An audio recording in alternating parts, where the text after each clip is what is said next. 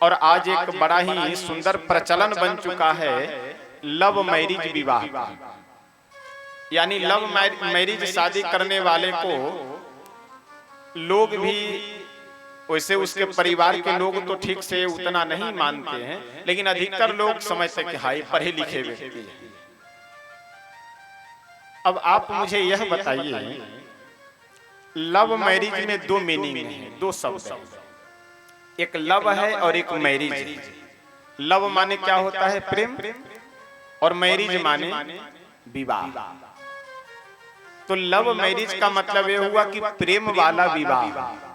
तो आप हमें यह बताइए कि दुश्मनी वाला विवाह कौन सा होता है?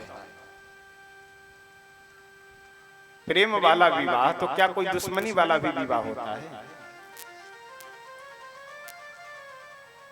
और एक बात मैं ईमानदारी से निवेदन करना चाहूंगा कि कोई 18, 20, 22, 24 वर्ष का लड़का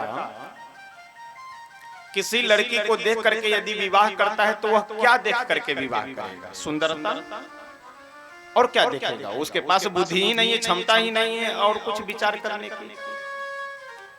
एक दिन मैं निवेदन कर रहा था कि ज्येष्ठ और श्रेष्ठ, इन दोनों में क्या अंतर है?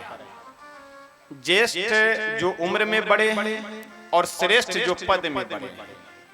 और अनुभव सदैव ज्येष्ठ के पास में होता है, श्रेष्ठ के पास अनुभव नहीं होता है। जैसे कोई 4 वर्ष MBBS का कोर्स करने के बाद क्या उसे सीधा डॉक्टर बना दिया जाता है? 2 वर्ष ट्रेनिंग में भेजा जाता है। ट्रेनिंग क्या है? अनुभव करना है। कोई UPSC का यदि इंटरव्यू निकाल ले जाए तो उसे डायरेक्ट DM या जिलाधिकारी नहीं बनाया जाता है, उसे 2-4 वर्ष ट्रेनिंग में भेजा जाता है, यानी अनुभव करे। तो अनुभव सदैव बड़े उम्र वालों के पास होता है, नवयुवक के पास अनुभव कभी हो ही नहीं सकता है।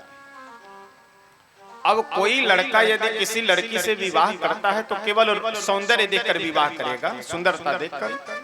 और कोई लड़की यदि अपनी स्वेच्छा से किसी लड़के से विवाह करती है तो वह लड़के की कमाई और सुंदरता देकर के विवाह करेगी।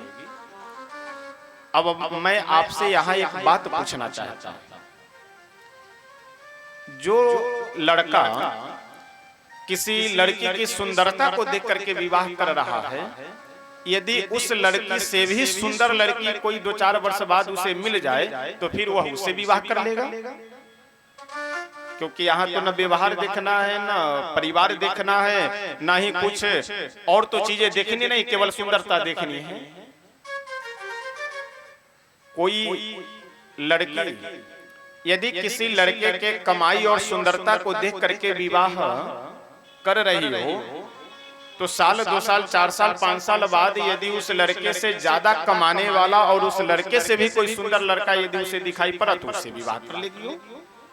और आजकल तो कलयुग की कृपा है विशेष कि बढ़िया उपाय भी है कि एक कागज लेकर के जाइए, वकील साहब को 100 रुपए थमाइए, वकील साहब बढ़िया काला कोट पहन करके जज साहब के सामने पहुंचे, और जो जज को न्याय करना चाहिए वही बेचारे अन्याय करने के लिए कसम खाए रहते हैं। एक दस्तखत किए, उसके बाद में पति अलग पत्नी अलग, बात खत्म। फिर आप अलग दुनिया में बढ़िया मौज कीजिए, अलग दुनिया में मौज करे। अब आप विचार कीजिए।